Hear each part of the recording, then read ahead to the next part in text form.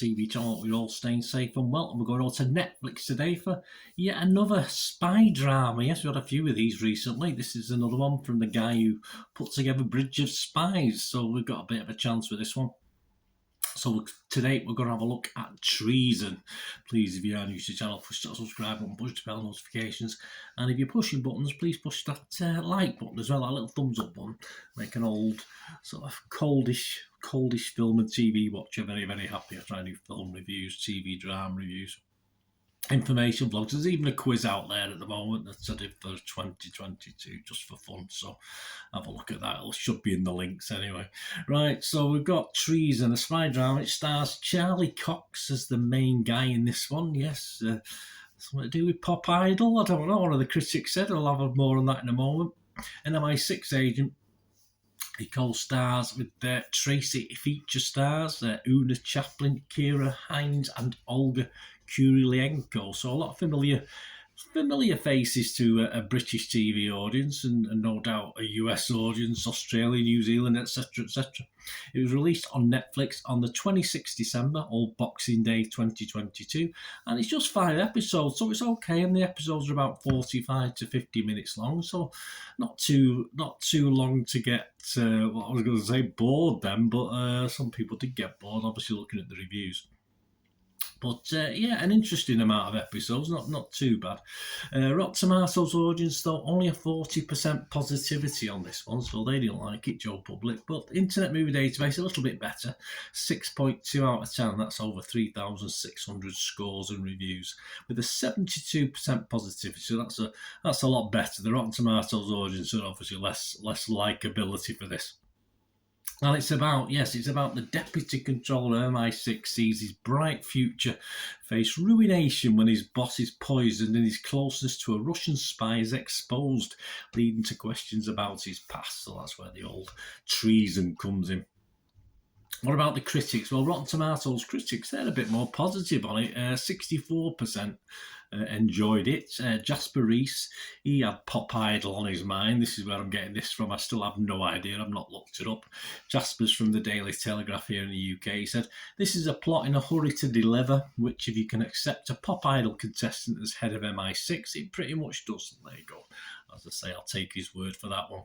Dan Feinberg from Hollywood Reporter said in a sort of positive way, a run-of-the-mill British espionage hijinks. And that's it, that's all he said. But that was a sort of positive there. He scored it about 60 out of 100. And the Metacritics, the other critic site we look at, only 4 of them have bothered to put a score together. 1 positive, 3 mixed, and no negative. So that's a good sign.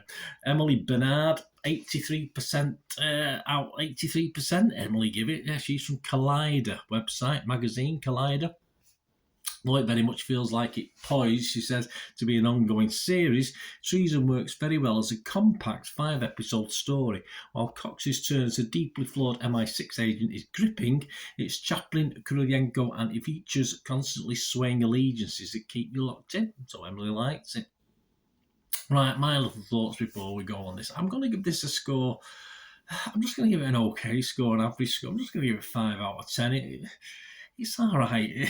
So compared to some of the stuff that's been on recently, it's a little low down the list. I thought the acting was fair enough. Some people have been critical of the acting in it, but I thought the acting was fine. And there's certainly a lot of mixed opinions on this one from the critics and the public. I watched in a couple of sittings, and I'll be honest with you, when I started to watch this again, after I'd watched the first bit, it took me just a couple of minutes to figure out what I was watching, because I'd probably watched a couple of episodes of the 5, and I'd forgot what was going on. All right, it was Christmas, Boxing Day, so it probably had a couple of days between the two. So that doesn't bode well, does it? I knew it was okay. I knew I was quite enjoying it, and it was fine, but I'd forgot what was going on, and so that wasn't the greatest side, as I say. But it didn't take me long to get back in the gist of it. My old brain picked up the thread a little bit easily once I'd watched 2 or 3 minutes again. I was a big fan of Spooks back in the day, of course, and obviously the links between that sort of BBC spooks and this can be made, but this comes nowhere near. This comes nowhere near to that level. But as a 5-episode watch, it passed the time. That's all you can say. We've had a few spy thrillers, as I said, of late. Perhaps this is the least complicated. It doesn't throw too much at you. It's fairly straightforward. There's no big, obviously there's conspiracy theories and backstabbing as you'd expect, but nothing too complicated. All throwaway stuff. But unfortunately, perhaps that throwaway stuff is perhaps too much for a lot of people, and a lot of people, as I said, didn't like it. I thought it was okay. I'm not going to go mad over it. I thought it was watchable, but yeah, when I watched a few other things, this will be forgotten way down the line. So there you go. Thanks for watching, guys. Let me know what you think if you get to watch this anyway. It'd be great to hear from you. Till we meet again, well, that's one thing, don't I? Please stay safe, everyone. Thanks for watching. Bye for now.